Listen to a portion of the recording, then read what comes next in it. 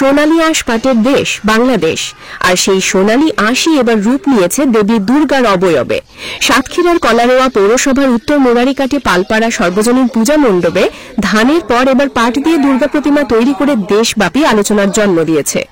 শিল্পের ব্যতিক্রমী এই প্রতিমা ইতোমধ্যে দর্শনার্থীদের চোখ জুড়িয়েছে। প্রতিদিনই ভিড় জমছে মণ্ডপে। মণ্ডপের দরজা পেরোলেই চোখে পড়ে প্রতিমা। দেবীর গায়ে ঝলমলে পাটের অলংকার, হাতে থাকা অস্ত্রগুলোতেও সূক্ষ্ম কারুকাজ। চুল, শাড়ি, কলঙ্কার সবকিছুতেই পাটের সূক্ষ্ম আঁশ ব্যবহার করা হয়েছে। সিংহের কেশর থেকে অসুরের দেহ পর্যন্ত প্রতিটি অংশে শিল্পের ছোঁয়া। রবিবার দুর্গা ষষ্ঠীর মাধ্যমে আনুষ্ঠানিকভাবে দুর্গাপূজা শুরু হয়েছে। শারদীয় দুর্গোৎসবকে সামনে রেখে মন্দির চত্বরে দেবী ভক্তদের ভিড়, চলছে পূজা অর্চনা। সন্ধ্যা নামলেই মণ্ডপ আরো ভরে ওঠে। আশপাশের গ্রামের সব ধর্মের মানুষ পরিবার পরিজন নিয়ে পাট দিয়ে তৈরি প্রতিমা দেখার জন্য ভিড় করছেন। দর্শনার্থীরা বলছেন, এ শুধু প্রতিমা নয়, কৃষি নির্ভর বাংলার ঐতিহ্য, সংস্কৃতি আর শিল্পকলার এক উজ্জ্বল প্রদর্শন।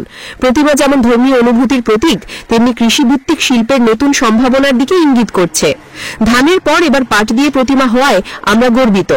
এটি আমাদের সংস্কৃতিকে নতুন উচ্চতায় নিয়ে যাচ্ছে।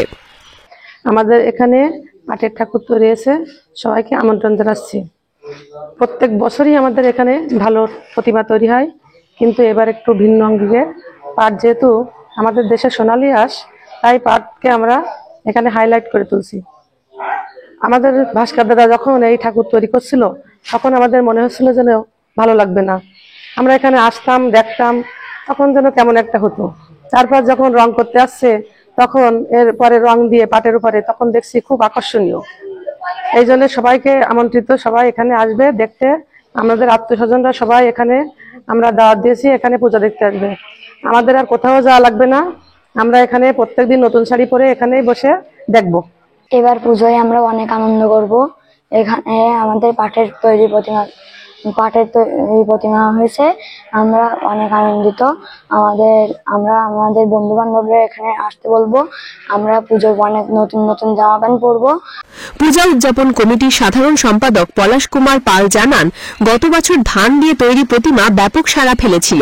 সেই অভিজ্ঞতা ও অনুপ্রেরণা থেকে এবার পাটকে প্রতিমা তৈরির উপকরণ হিসেবে বেছে নেওয়া হয়েছে। প্রায় 3 লাখ টাকা ব্যয়ে 4 জন ভাস্কর টানা 3 মাস ধরে প্রতিমাটি নির্মাণ করছেন। প্রতিমার মূল কাঠামো বাঁশ দিয়ে তৈরি করা হলেও অলংকার, চুল, পোশাক সহ প্রায় সবখানে ব্যবহার করা হয়েছে পাট। মণ্ডপের ভেতরে পাট দিয়ে সাজানো বিভিন্ন প্রতীকী নকশাও দর্শনার্থীদের দৃষ্টি আকর্ষণ করছে। এই আয়োজন শুধু পূজা উদযাপন নয়, বরং পাটের বহুমুখী ব্যবহার সম্পর্কে নতুন ধারণা দিচ্ছে। আমরা প্রথমে পাট দিয়ে প্রতিমা করার সিদ্ধান্ত নিই। সেক্ষেত্রে আমরা কমিটি আমরা সবাই একসাথে বসে একটা সিদ্ধান্ত, পাট দিয়ে নতুন কিছু করার জন্য পাট দিয়ে প্রতিমা করার সিদ্ধান্ত নিই। সেক্ষেত্রে আমরা ভাস্করের সাথে কথা বললাম। ভাস্কর বললে আজ পর্যন্ত বাংলাদেশে কোথাও হয়নি, তা এই জায়গায় আমি দেখতে পারি। সেক্ষেত্রে ভাস্কর সাথে আলোচনা করে ভাস্কর তৈরি করা শুরু করলো।